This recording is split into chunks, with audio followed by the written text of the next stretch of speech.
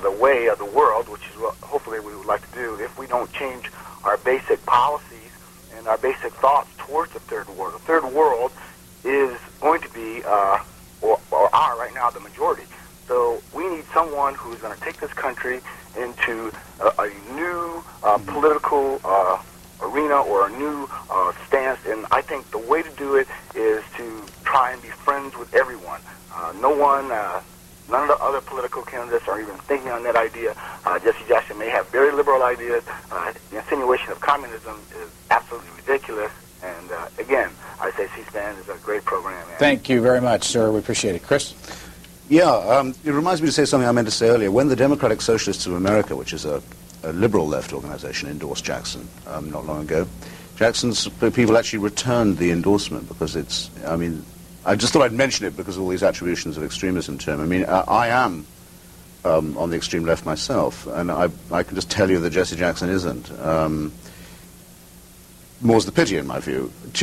He's just a good candidate in other respects. Do Americans tolerate people who are on the extreme left in this country? Yeah, I think they do. I think if you put it to someone, say, look, is so and so a communist? That's a particular word suggesting someone is a slavish supporter of the Soviet Union. Nobody's in favor of that. I think, as a matter of fact, some of the things that people who are said to be on the extreme left happen to believe are widely respected. Let me give an example from the gentleman's question about the third world. The other night at his press conference, the President of the United States said that the problem in South Africa was not one of racism, it's a problem of tribalism, and that in effect gave the government there a leg up, a clean bill. Now, most of the American public is perfectly capable of knowing and for itself and deciding that's untrue, and is worried that the United States is on the wrong side in the battle for South Africa, which is going to be, already is in fact, a titanic battle, the last battle against colonialism in Africa, a battle on the scale of the battle for the independence of India. At the moment, Reagan has committed the US on the wrong side of that. Most Americans think it should be the other way around, and they're right. That's not an extreme left point of view, though it is a point of view held by the extreme left. Because most Americans want to see an end to apartheid in South Africa, and yet most Americans also want to see South Africa remain a thriving economic state, which brings economic benefit to not only whites but blacks. And blacks not only in South Africa but from neighboring regions who flock into South Africa for jobs and other economic opportunities. The danger, I think, in bashing South Africa from Mr. Hitchens' point of view is simply that it will tear down the system as it exists there today and replace it with something that we have in Angola, Mozambique, or Rhodesia, which will lead to economic disarray, decline, and poverty for the region as a whole. Quick comment from both of you. Has the nation endorsed anybody for president? Not yet, no. Will they? Yeah, we generally do. I mean, I think the staff and contributors would be divided between Jackson and Dukakis. How about the American Spectator? No, we do not endorse candidates. Carbondale, Illinois, you're next. Yeah, it's hard to hear you. I was, now that the socialists have taken over the Democratic Party, it seems like we're having a lot of trial by innuendo, and particularly with the Ed Meese thing. Another thing about Jesse Jackson, I got a lot of problems with him.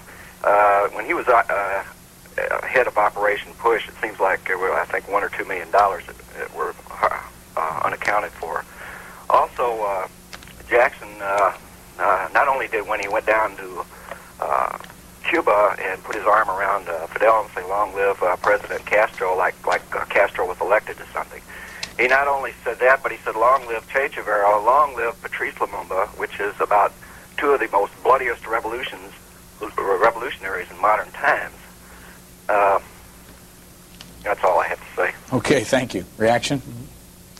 Yeah, well, I'd like to bring the discussion back to the third world for a moment. When people, such as the previous caller, called for a new approach to the third world and so on and so forth, all I can think of is that most rhetoric in the left, in the U.S. about the third world tends to focus on South Africa. If not South Africa, then Israel. And currently, I think Israel is in the lead as the country being most frequently bashed by progressive opinion in this country.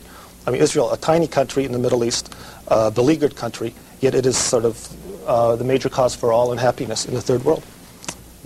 The Chicago Tribune put several reporters onto the Push account, the Push audit, and admitted after a very, very long investigation they couldn't find anything to stick on Jesse Jackson. Now, I don't know if they if they asked all the right questions, but I know that they had a very intensive investigation and they came up with nothing. But since you mentioned innuendo, I wonder how you think it is that the liberals and socialists of the Democratic Party have invented all this stuff about Edmees. I mean, where did we forge the WedTech contract? Where did we print the papers about the Iraqi pipeline contract? Where did we come up with all the business of rewarding his creditors with jobs that the Attorney General has engaged in? I mean, it is simply paranoid to say that this is a smear. All the evidence that's surfaced has surfaced in spite of Mr. Meese, and it's on the record formulated by nobody. It just exists objectively. If it doesn't disturb you, fair enough, but you shouldn't really say that the evidence has been invented.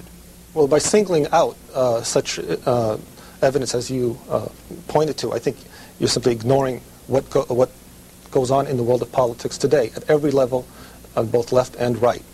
And I think it's being mindlessly, I think, hypocritical to pretend that politics is something much more high-minded and clean. Let's go to Tucson, Arizona. You're next. Thank you. Next to Reagan, I don't believe there is anything on the right of him.